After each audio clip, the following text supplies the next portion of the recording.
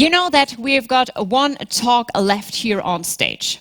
And those who were clearly listening in the beginning know what it's all about. It's about garages. It's about independent workshops. So therefore, I would like to invite some guests here on stage. Please give a big round of applause to Yunus Sarwali, Manager Sales, WM Automaterialien from the Netherlands. Hello, great to have you here. Please take a seat wherever you like. Jussi Tapio Lindholm, entrepreneur, Leumann Autoholto and Bosch Car Service from Loima, Finland. Great to have you here.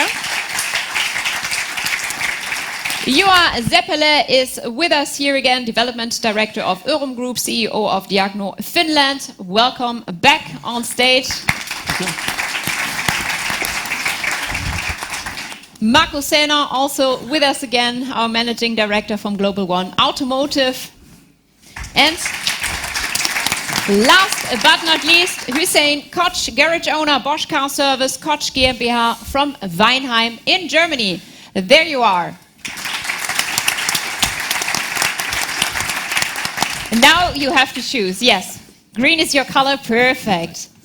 Great to have you here. Good choice. It's cozy, right? Right. Yes, right. It's perfect. Great picture.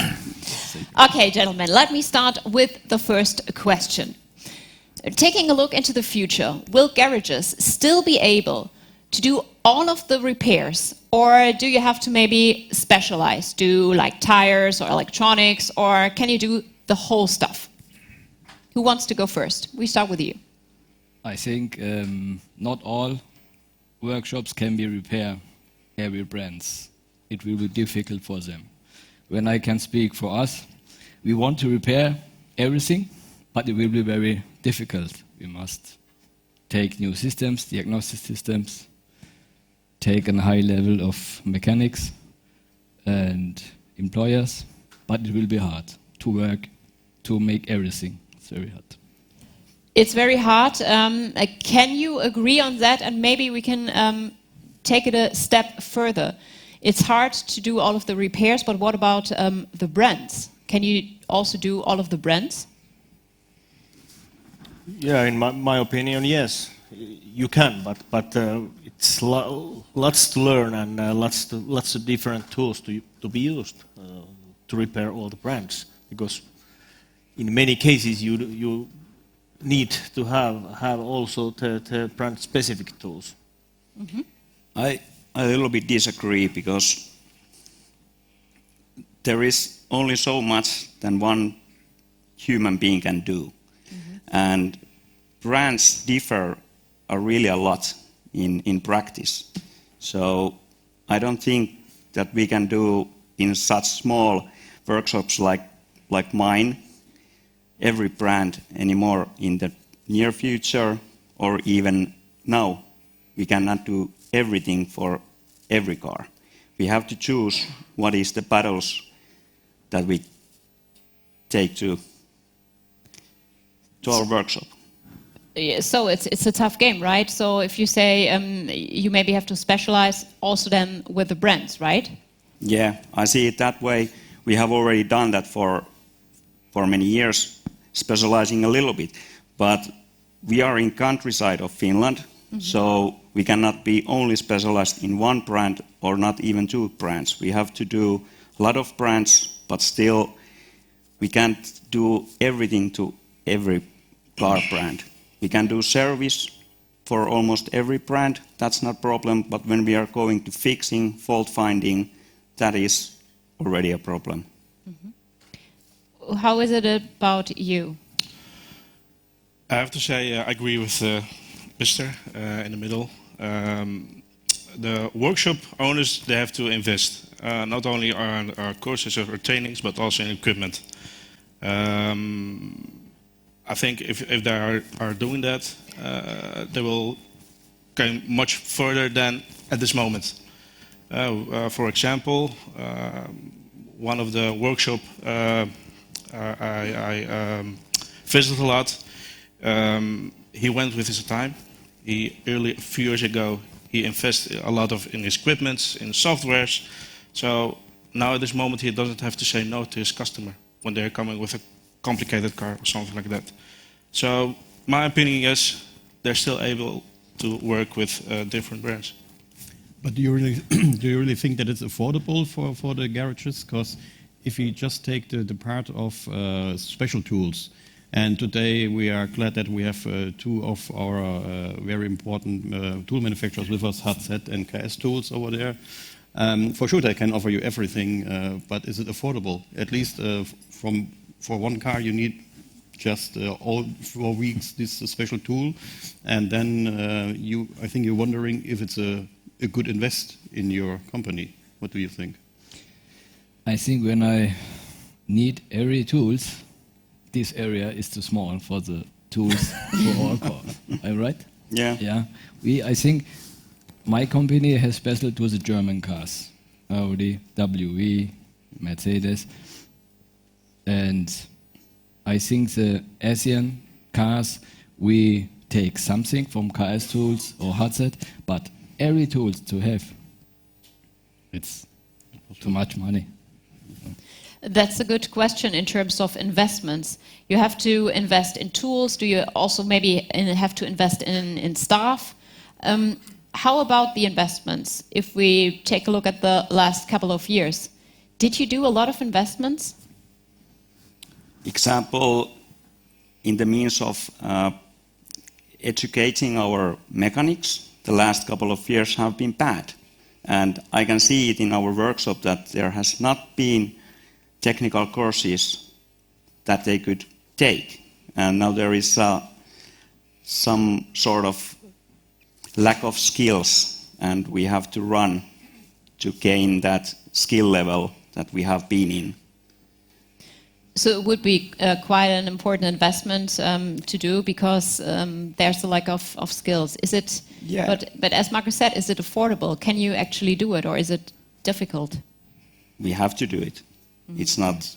It's the second option is to close in next 5 to 10 years. Yeah. How about the others? Would you say investing in staff is the number one thing to do? Yes, but you must find stuffs. That would be my next question, because obviously Dr. Wittmann didn't really tell us a lot about new and upcoming talents. So let's discuss it right here. What is each and every one of you's opinion on the future of staff? Is there enough, or will we lack experts here? I think it's for sure not, and therefore we have started this initiative, Talents for AA. It's not even for mechanics, also for the entire jobs that we have to give in the independent aftermarket, but also dedicated for the workshops. And because we have to motivate the younger people really to have the idea that it's worth to invest their time and their trainings to become a mechanic for cars. And I do have 3 adult children, 23, 24, and 26 aged. For sure, my son is really interested in cars, but he would never do a training to become a mechanic. So for him, it's completely out of scope to do so. And here we have to convince the people that it's worth to do so. And it's also the question why we are sitting here. Maybe it's the first time that you see within an ITG convention garages, and I would like to take this opportunity to say thank you that you are ready to share all your thoughts and your problems with us, because this is the audience who can and should help you, and they are open to do so. Yeah?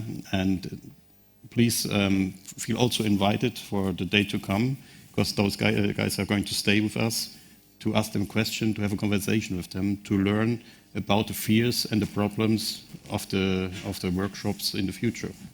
Yeah. And let's address that. I think that's a good point.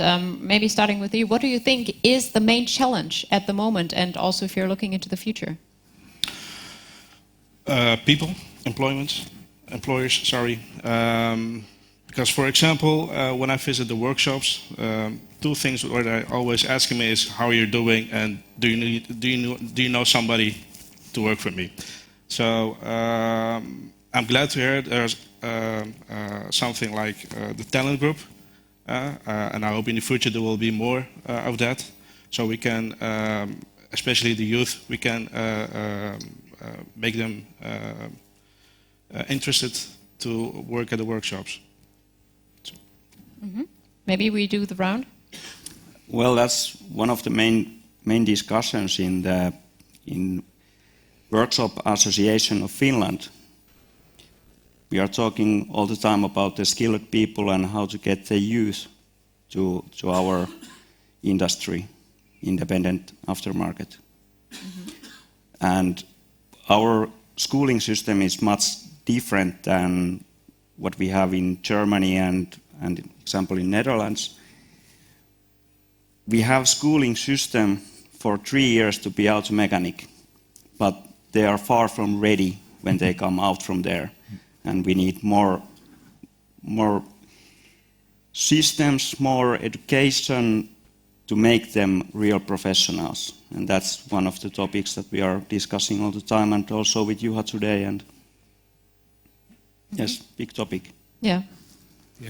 And that's something we have to solve somehow. And as an industry, we can help there, and we can maybe build together some kind of education programs for the guys who have graduated. Also, this shows directly here on stage how important the Talents Initiative is, right? Right, yeah. Yeah. So, okay, there's a lot of challenges, but there's also a lot of opportunities, right? It's not all dark in the future. Or what would you say? Is it manageable? Maybe, yeah. You were shaking your head, so I'm looking at you. It's like sometimes it feels like it's only dark in the future, but I hope I can see the light time to time. Yes, I'm pretty sure you can. Maybe you can get support from your colleagues here, right? It's not all bad. No, I don't think so. What you told before, there are a lot of opportunities. I think education is one of it. Not only before that, but also the people who are working now in the workshop. If they're going with their time, taking courses, taking trainings, I think there will be a big future for the workshops. Okay, this does sound good. So let's talk about e-fuels. I think you all saw the presentation on e-fuels earlier today. What would be your favorite solution if you do have one in terms for the power units? What would be your favorite solution? Whoever wants to go first. Okay, I say my favorite is hydrogen. I think electric, it's not far kilometers. Yeah. I drive with an electric car to Köln with my wife, and we still stop at 150 kilometers and have to take, I don't know what, Strom. Okay, yeah. And my wife make it, okay, can we to Köln? I said, believe me, we can. And in Köln it's the same, okay? I think electric is not 100%, but a mix, hydrogen and electric, same hybrid, I think it's a future. And it's my favorite. Mm-hmm. I agree with him. Sorry. But I agree with him. I think the standard will be plug-in hybrid. And we see a good presentation of e-fuel. And I think also that will be take a part of it, of the future. Mm-hmm. So, yeah. I hope that the e-fuels will have that kind of legislation that it will grow up, because Alpha V6 Busso doesn't work in straight electricity. I have also experience about it, not straight, of course, e-fuel, but the renewable diesel, which is made by Neste in Finland, which is a second generation renewable diesel. And I've been driving with it for like 3 years now, and it works perfectly. An example, I cannot hear and feel when the DPF is regenerating itself. But when I'm driving with normal diesel, I can feel it and hear it. Mm-hmm. Yeah, I drive electric vehicle, but it fits for me. And my favorite solution as a spare parts wholesaler is, of course, to have them all.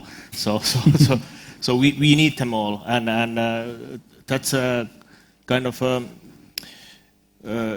not so easy decision to choose which is the best one for you and for your purposes. I think that's the right word what you have mentioned. We have to stay open. We have to accept all the possibilities that are currently offered into the market.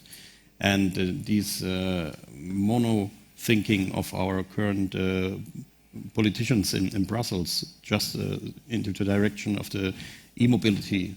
I think, therefore, it's more than worth that we are empowering e-fuel alliance and all the other possibilities like hydrogen and so on. Because just to think in one direction has never been a good solution. And that's basically what we came up with when we had the talk about e-fuels, that it's not that easy, that we can't say we have one solution and it fits everybody and everything. So keep an open mind. That is basically the thing that works best. But if we talk about new cars, we talked about maybe it's more attractive for young people if we've got new cars or fast cars. Isn't it also a challenge? They've got so many electronics and software stuff. Can you localize errors in those cars? Is it an easy task for you? Maybe we start with you again. The time will tell more than we know at the moment how it will be. But there is great challenges already. But of course it depends on the garage itself. How is the training there? How is the background? Do you have some support like technical hotlines, stuff like this to take you over the bad places? Mm-hmm. How do you see that? I think it's like a woman.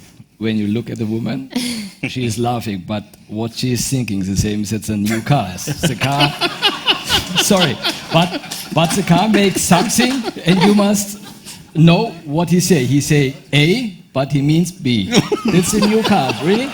Yeah, and it's so difficult. But basically, if you take this example, it would mean that you would never know where the error is, probably. Yeah. I'm feeling you. Yeah, that's a tough one. That's a really tough one. Very difficult. Okay, we've talked a lot about what is difficult, what kind of challenges we have. But let's talk about something that's definitely on the good side, on the bright side of life. Let's talk about the communication platform we heard about RepDate. I want to have your opinion on that. Isn't it a way to ensure that you can get more customers, or that you've got more possibility, that you make it easier for the customers? So is it a good way? For sure. For example, I live in the Netherlands, Amsterdam. It's a very, how to say it, very busy city. People are always in a rush. So I think with this kind of software, I think we will be able to help quicker the consumers, and only positive things. So for sure. Okay. Thumb up. What about you? Thumbs up for that as well. Yes, it's the must-have, or it should already have been. Yeah. I think also the customers will be younger, and everyone working with the handy as an iPhone, and when they make an appointment about the platform, it is the best for us. No calling. I think everyone under 30 years will take this platform, and the older one will phone us. I think it's a good mixer, and we need it, really. I would even go a bit further. I think even everybody who is over 30 would use the booking platform. Oh. Yeah, I can only speak for myself. But yeah, I mean, it's a really good thing, because internationally, I think we can all agree on that. I don't know how it is with you. I'm pretty sure each and every one of you, in the last let's say a couple of months, who did an online booking? It doesn't have to be car-wise. Who did an online booking? Can I say, yeah, this is what I was thinking. So basically, I mean, I know that you're all under 30, but maybe one or two of you are a slight bit older. But yeah, so that's a good thing, a bright side. Let's talk about another thing that comes up maybe from the customer side. What about the quality of the spare parts? If I go to an independent workshop or if I go directly to the dealer, is there any difference? I think no, the parts are very good quality, fine quality, and I can't working without them. Okay, thanks and headset and tools and whatever the name is, yeah, at WM. No, we need it, and it's perfectly quality. Yeah, so that's good. Yeah, Markus. So we have the first brands sitting in front of you here, and I'm sure if you would have some complaints, you can raise them. But I'm also sure that we do not really have some big issues to communicate. And that is also the value of the independent aftermarket, that the quality of the spare parts are the good ones. Yeah? And the reliability is linked also to the distributor behind. And that they are driving in the majority with the first brands. And that is also one point Global One is standing for. What do you think? Yeah. I think the same. The quality of the parts is not the issue in this business, or even for the customers. Yeah, I agree as well. So that would be maybe a good thing also to communicate more, because maybe there is kind of customer that thinks, maybe it's different and I can't book online and all that stuff, because that's all in the past, right? You can book online, you have great quality, so it doesn't have to be all bad. Of course, there have to be investments. I think we can all agree on that. But yeah, if we do the investments, if we've got initiatives like with the talents, I can see light at the end of the tunnel right here. I hope you feel the same, right? For sure, yeah. I like your positive attitude. Well, yeah. they call me Mr. Positive, so... yeah. So is there anything any one of you would like to add? Do you have something that you feel is really important that you would like to say also in this plenum, in this auditorium? Because I think we've got a really special mix of people that are here today. Maybe I'm repeating myself, but the online booking is only the first step, and the telematics and the connectivity is the key for the success. Mm-hmm. I see it's also The last word? the last word. Thank you for all your work. Okay. Then we can make our business good. Yeah? Without you, we can make a good business. Yeah? We need you, everyone, and you need us. I think we are a good team.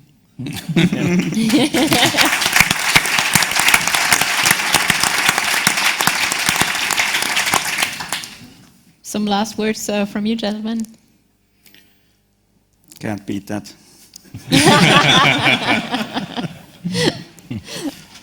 Well, the last thing I want to say, we have great shareholders, great suppliers.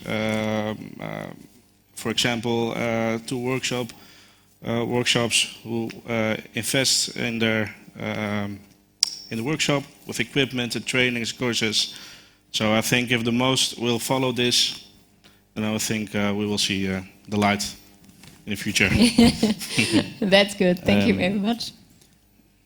I think it's a clear signal from our side, from Global One Automotive, that we would like to integrate in the future much more intensively the garages, to ask what is your really your need, what is the question if you talk about internationalization, and really is it an added value to bring you together, to have an exchange from Finland to Germany to the Netherlands, for example. And once more, that's a clear signal also to you that we have invited garages from the international side. And please take the chance tomorrow and ask a lot of questions. I'm more than sure that I will be more than happy to answer them.